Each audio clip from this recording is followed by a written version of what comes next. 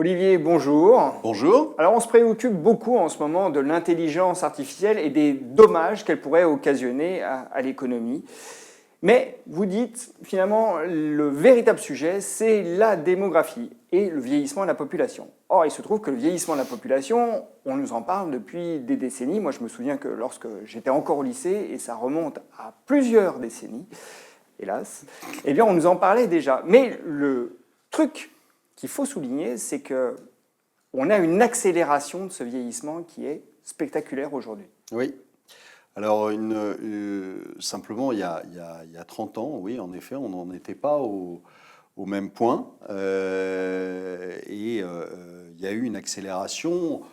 En gros, certains pays ont basculé en 95, 2000. Et vous avez quand même une majorité de pays qui, entre 95 et 2010, ont basculé du côté obscur de la démographie. Alors, il faut qu'on donne quelques chiffres tout de même pour donner une idée de l'ampleur de ce mouvement. Alors, on vous dit souvent que la Chine, par exemple, est un pays en plein boom, etc. Mais, par exemple, la Chine, au niveau démographique, avec la politique qu'ils ont menée pendant des années d'enfants uniques, a basculé assez récemment, mais a basculé en termes de vieillissement de la population. Le Japon, alors c'est évidemment le pire au niveau démographique. Le Japon, lui, il a basculé dans les années 90. Aujourd'hui, vous savez qu'il y a 126 millions de Japonais, qu'en 2050, vous en aurez moins de 90 millions. Ça veut dire qu'ils auront perdu juste un tiers de leur population. Alors, c'est un mouvement général. Parce c'est un mouvement général. Dans une note que vous avez publiée, vous avez écrit... Vous avez rappelé que dans 13 des 28 pays de l'Union européenne, le nombre des morts a dépassé le nombre des naissances l'année dernière. Alors, c'est en Europe, c'est en Asie, c'est sur le continent américain, que ce soit Amérique du Sud ou États-Unis, Amérique du Nord. Il n'y a que l'Afrique qui est épargnée. Il n'y a que l'Afrique. Il n'y a que l'Afrique. En l'espace des 30 ans qui viennent, vous aurez la population africaine qui aura cru de 1 milliard, ce qui représente quand même une masse assez considérable. En revanche, nous allons vieillir et perdre des habitants. La Russie, par exemple, c'est à horizon 2050, c'est 20 millions de Russes en moins. C'est pas rien. Donc vous êtes sur des chiffres. Alors, on a souvent l'impression, quand on parle de démographie, en effet, ce que vous disiez dès le début, c'est que c'est des mouvements qui sont super longs. Oui, telluriques, d'une certaine façon. Mais il faut bien se dire que beaucoup de ces chiffres, c'est horizon 2030. Donc 2030, c'est dans 15 ans. C'est pas. Je vais en donner quelques-uns parce que ça va tout de même, en effet, je pense, saisir ceux qui nous écoutent. Selon certaines projections, donc en Europe, pour parler que de l'Europe, le pourcentage de la population au-dessus de 65 ans est aujourd'hui aux alentours de 17,5%.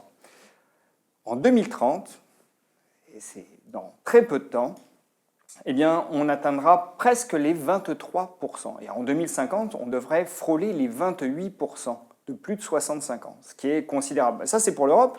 Mais l'Asie, vous en parliez, l'Asie n'est pas épargnée. Parce qu'il n'y a pas que le Japon. Donc l'Asie, on a plus de jeunes, puisqu'on a aujourd'hui près de 8% de plus de 65 ans en Asie. En 2030, ils seront 12,1%. Donc on voit, c'est le mouvement qui est intéressant, la dynamique, c'est très très rapide. Oui. Alors c'est très rapide, avec, alors vous le dites, des disparités. La Chine, le Japon, la Corée du Sud. Enfin bon, il y a beaucoup de disparités dans ces chiffres-là. En revanche, c'est un mouvement qui est généralisé et qui va induire un certain nombre de conséquences, et qui sont des conséquences qu'on va avoir dès maintenant. Sur la croissance potentielle. Oui, parce que la croissance, c'est de la démographie. Voilà.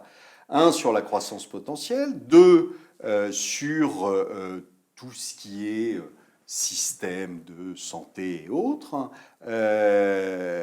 sur l'épargne des ménages, et sur je dirais presque le modèle économique, c'est-à-dire que vous avez des ratios de dépendance qui vont exploser, avec de moins en moins de gens actifs, c'est-à-dire dans une tranche 20-65, de moins en moins de gens actifs et de plus en plus de gens, soit jeunes, soit vieux, mais aujourd'hui beaucoup plus de vieux que de jeunes, qui vont dépendre de ces quelques personnes qui sont encore en activité. Alors justement, on va donner quelques chiffres à propos de ce ratio de dépendance. Donc le ratio de dépendance, c'est en effet rapporter le nombre de personnes dites dépendantes, c'est-à-dire les inactifs moins de 15 ans et plus de 65 ans, au nombre des actifs. Donc aujourd'hui, ce ratio de dépendance, il est, si je ne m'abuse, de 73. C'est ça, je ne me suis pas trompé, 73.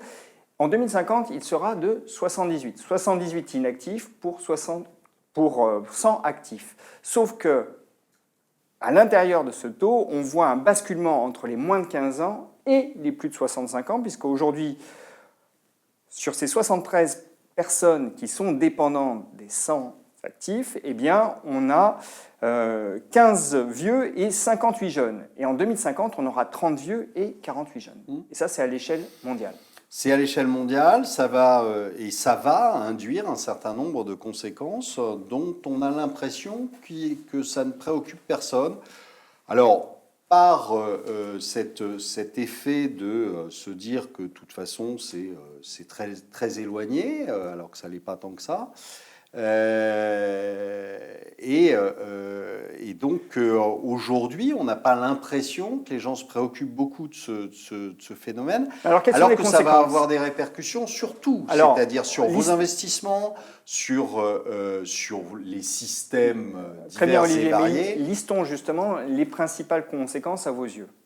Alors d'abord sur la croissance, donc on va avoir une croissance potentielle sur la à croissance potentielle, c'est-à-dire qu'il faut savoir que quelqu'un qui a plus de 75 ans, or c'est la catégorie d'âge qui va croître le plus dans les prochaines années, quelqu'un qui a plus de 75 ans et quelqu'un qui a un revenu qui est de 60% de celui qu'il avait en activité, donc de celui maximum qu'il avait en activité, donc dans la tranche autour de 50 ans. Alors, ce qu'il faut savoir, c'est que tous ces calculs se font, je dirais, à hauteur de ce qu'on connaît aujourd'hui. C'est-à-dire que si, évidemment, les systèmes de retraite restent tels qu'ils sont, malheureusement, le revenu de ces personnes-là risque de plonger encore un petit peu. Donc, vous avez ce revenu qui est, en gros, diminué de moitié.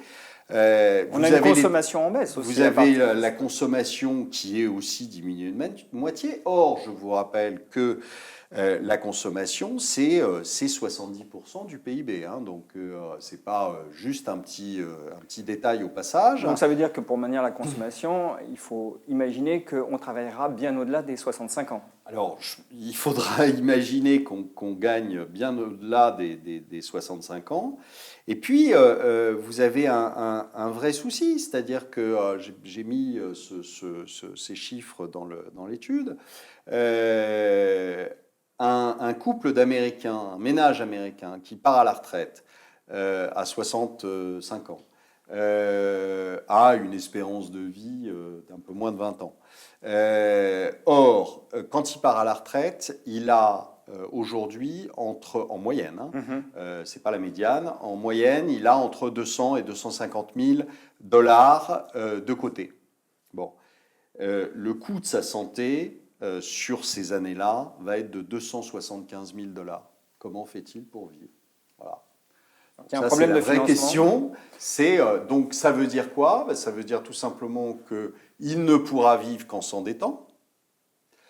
Donc ce système qui est déjà un système qui repose entièrement sur la dette nouvelle, vous voyez aux États-Unis aujourd'hui s'ils font de la croissance, c'est pourquoi? C'est parce qu'il y a une augmentation considérable de la dette publique et de la dette privée, c'est-à-dire ceux qui s'endettent sur leur carte de crédit, sur les crédits automobiles, sur les prêts étudiants, etc. Ça ne fonctionne que comme ça. Donc ça veut dire que là, en plus, ils seront obligés de s'endetter pour pouvoir simplement vivre sur les années qui leur restent. S'ils ont la chance de ne pas être dans un fonds de pension public, parce que là, pour le coup, ils auront zéro, et pas de 150 000 $ de moyenne. Donc, ça veut dire que les obligations, le taux d'intérêt, doit rester bas. Donc, ça veut dire qu'on va avoir une politique de taux bas. Mais bien sûr, pérenne. C'est pour ça qu'on me demandait à midi si je croyais à un krach obligataire. Bien sûr que non. Pour la bonne et simple raison que tant que vous avez un système, et mondial, ce n'est pas uniquement aux États-Unis, quand vous avez un système mondial qui est basé uniquement sur de la dette, eh bien vous pouvez être sûr d'une chose, c'est que les banques centrales feront absolument tout pour que les taux d'intérêt restent à zéro, comme ça se passe d'ailleurs au Japon, et donc attendre qu'il y ait une inflation totalement imaginaire est risible, parce que vous n'aurez pas d'inflation. Si vous voulez avoir de l'inflation, il faut qu'il y ait une activité, il faut que l'argent circule, or il ne circule pas, il a une vitesse qui est égale à zéro, donc vous n'avez pas d'inflation, donc vous pouvez toujours l'attendre. Donc ça c'est pour les obligations. Donc vous dites, la conséquence de tout ça, c'est qu'on aura des taux d'intérêt bas. Oui. Voilà, ça c'est la première conséquence. Du côté des actions, il va falloir être sacrément discriminant parce que ça va également bouleverser complètement la donne. Ça bouleverse la donne, et puis ça bouleverse la donne, alors en effet sur les obliges, sur les actions, sur l'immobilier. Donc je cite un chiffre là en disant que sur l'immobilier au Japon, à horizon 2050, vous aurez 22 millions de logements vides. Ça ne va pas évidemment dans une optique de hausse des prix. Et ça, vous l'avez aussi en Allemagne, en Italie, etc. Parce que aujourd'hui, l'Allemagne, c'est le Japon des années 90, 90-95. L'Italie, c'est pareil. Donc évidemment, ça va avoir des conséquences sur l'immobilier. Ça va avoir des conséquences aussi sur les modes de consommation.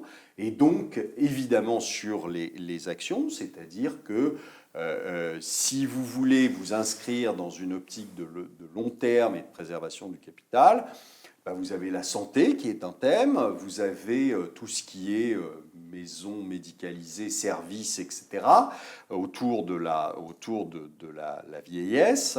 Vous avez aussi l'industrie des loisirs qui, si on leur laisse quelques sous, pourra peut-être fonctionner. Et puis, là aussi, je mets à un moment que les ventes de couches pour les vieux ont dépassé les ventes de couches pour les bébés. Donc, on peut investir aussi dans la couche. On peut investir dans le déambulateur. Ça peut être aussi un truc intéressant. Mais on peut investir aussi dans l'Afrique. Puisque alors, là, ça sera le continent de la croissance. Bien sûr, on peut investir dans l'Afrique parce que vous aurez un développement important de tout ce qui est probablement moyen de paiement, téléphone, etc. Enfin bon, il y a aujourd'hui des thèmes de consommation en Afrique que vous n'aurez plus dans les autres pays. Est-ce que la robotisation, ça ne peut pas être un des thèmes à jouer justement aussi ? C'est un thème, mais ce n'est pas un thème qui est lié purement à la démographie. C'est un thème qui est là depuis oui, mais il pourrait trouver un soutien dans cette démographie, puisque là, les besoins seront peut-être encore plus importants. Oui, et puis ça diminuera le nombre d'actifs parce qu'ils se retrouveront au chômage, et donc ça augmentera le ratio de dépendance. Donc tout va bien. Non, je crois que réellement, si vous voulez, c'est malheureusement un problème qui aujourd'hui est absolument pas adressé, ou alors de façon ridicule par les autorités. de quoi vous parle-t-on aujourd'hui? C'est de savoir si on met la retraite à 62 ou à 63 ans. Ce n'est pas à la hauteur du problème.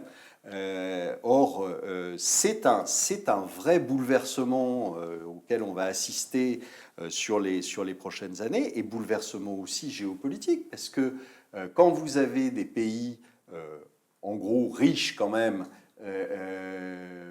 européens, américains, etc., et que vous avez les pays dans lesquels on crève de faim et qui, eux, ont une natalité qui est bien supérieure, même si elle est en baisse, mais elle est encore bien supérieure, qu'est-ce qui va se passer? Ça veut dire que vous avez des flux migratoires qui vont continuer et que donc vous avez un risque géopolitique majeur.